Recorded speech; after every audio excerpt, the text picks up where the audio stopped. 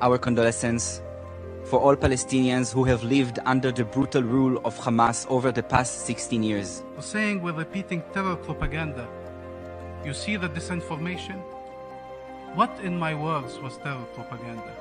When we're speaking of international law, is that the part you're referring to? Or when we're quoting the Human Charter or the Universal Declaration of Human Rights? Or when we're saying you don't get to kill Palestinian civilians?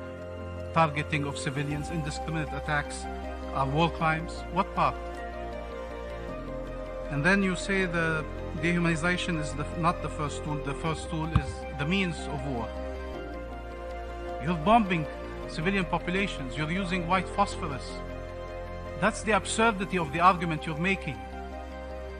The absurdity of coming here to explain that it's terrible to kill civilians and then kill them. The absurdity of refusing the rule of international law as the only standard by which we are all measured. The absurdity of saying that the one talking about peace is the one doing terror propaganda and the one here coming to justify war crimes would be the peaceful one. The Holocaust is one of the worst horrors of the of the 20th century.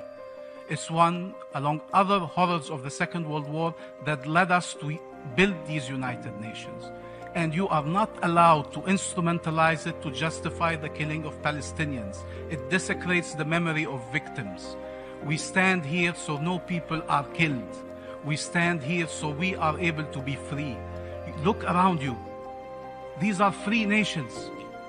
These are free nations.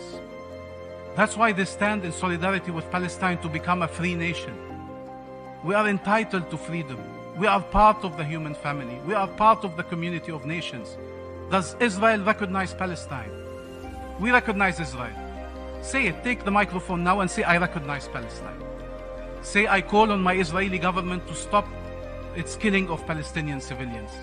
Say, I call on it to honor the memory of the Holocaust victims and of all victims by standing for international law, by respecting humanity and the principles of humanity and distinction. That would honor you. But if you are here on behalf of that government, you cannot take the higher moral ground. You are not allowed. We will not allow you to take it. As 4,000 Palestinians are being killed, 1,000 children have been killed by your bombs. There should be a certain sense of decency. Decency. 10 days of killing civilians. And then you come here giving moral lessons. We believe that every life is sacred. And that's why we want to stop the killing. And we call on all of you to stop the bloodshed in the Gaza Strip, to give us a destiny of freedom for the Palestinian people, and again a destiny of peace and security for all, Palestinians, Israelis, and our region, and the world. We stand by these principles.